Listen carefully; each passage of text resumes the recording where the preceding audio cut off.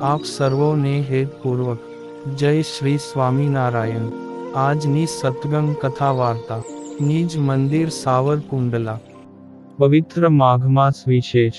આજની સત્સંગ કથા વાર્તામાં આપણે ચરિત્ર કથા અંતર્ગત સોરઠ પ્રાંત ગામ આખાના ઉનેવાળ બ્રાહ્મણ સવજી મહેતાની પ્રસંગ વાર્તા સાંભળશું। સંવત 1893 સદ્ગુરુ શ્રી ગુણાતીતાનંદ સ્વામી સત્સંગ વિચરણ કરતા કરતા સંત મંડળ સાથે સોરઠમાં આખા ગામે પધાર્યા ને મંદિરે ઉતારો કરીને કથા વાર્તાની હેલી જગાવી। એક દિવસ ગામમાં કોઈ હરિભક્તની ઘરે સ્વામી પધરામણી કરવા જતા હતા, ત્યારે ગામના બજારમાં હાટે બેઠેલા ઉનેવાળ બ્રાહ્મણ સવજી મહેતા ઉપર દ્રષ્ટિ પડી। તે સ્વામીને જોઈને સવજી મહેતા ઊભા થઈ નમસ્કાર કરવા આવ્યા। એટલે સ્વામીએ ખબર અંતર પૂછ્યા ને કહ્યું કે સવજી ભાઈ, મંદિરે સત્સંગ કથા વાર્તા સાંભળવા આવજો। એમ કહીને સ્વામી પધરામણી કરવા ગયા। પછી રાત્રે મંદિરે સભા થઈ। તે કથા વાર્તામાં સવજી મહેતા મંદિરે આવ્યા ને સ્વામીને માથું નમાવી પગે લાગવા વાંકા વળવા ગયા, ત્યાં તો પાઘડીમાં દબાવેલી સૂંઘવાની તમાકુની ડાબલી નીચે પડી। તે સ્વામીએ ઊભા થઈ તમાકુની ડાબલી સવજી મહેતાને હાથમાં પાછી આપી।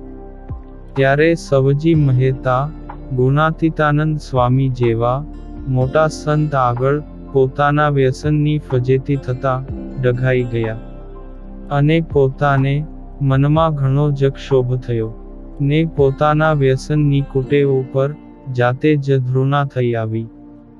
એટલે કટામને લખણ ઝળકાવનારી તમાકુની ડાબલીનો જ ઘા કરી દીધો ને મનોમન દ્રઢ નિશ્ચય કરી એ જ ક્ષણે વ્યસન મેલી દીધું ને સ્વામીની આગળ વાતો સાંભળવા બેઠા। પછી તો સ્વામીએ કથા વાર્તામાં શ્રી હરિના પ્રૌઢ પ્રતાપ અને સ્વામિનારાયણ મહામંત્રના મહિમાની ઘણી વાતો કરી। તે સ્વામીની વાતો સાંભળી રહ્યા। પછી સવજી મહેતા બોલ્યા કે સ્વામી, શ્રીજી મહારાજ અમારા ગામની બજારે નિસરતા ત્યારે અમે હાટે બેઠા બેઠા માથે ફાળિયા ઓઢી લેતા હતા અને એમના સામું જોતા નહોતા, પણ આજ સમજાય છે કે એ સ્વરૂપના દર્શન થાય એવા અમારા લક્ષણ ત્યારે ન હતા। આજ તો આપે બહુ કૃપા દ્રષ્ટિ કરી ત્યારે આહી અવાયું। બસ હવે તો મને તમે વર્તમાન ધરાવીને સત્સંગી કરો, જેથી ભગવાન સ્વામિનારાયણનો આશરો કરીને ભવસાગર તરી જઈએ। આવી સવજી મહેતાની મુમુક્ષુતા જોઈ સ્વામીએ એમને વર્તમાન ધરાવી કંઠી બાંધીને સત્સંગી કર્યા હતા।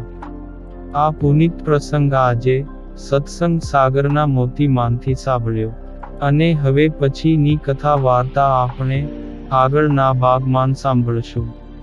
અત્યારે આપ સર્વોને ભાવથી જય શ્રી સ્વામિનારાયણ।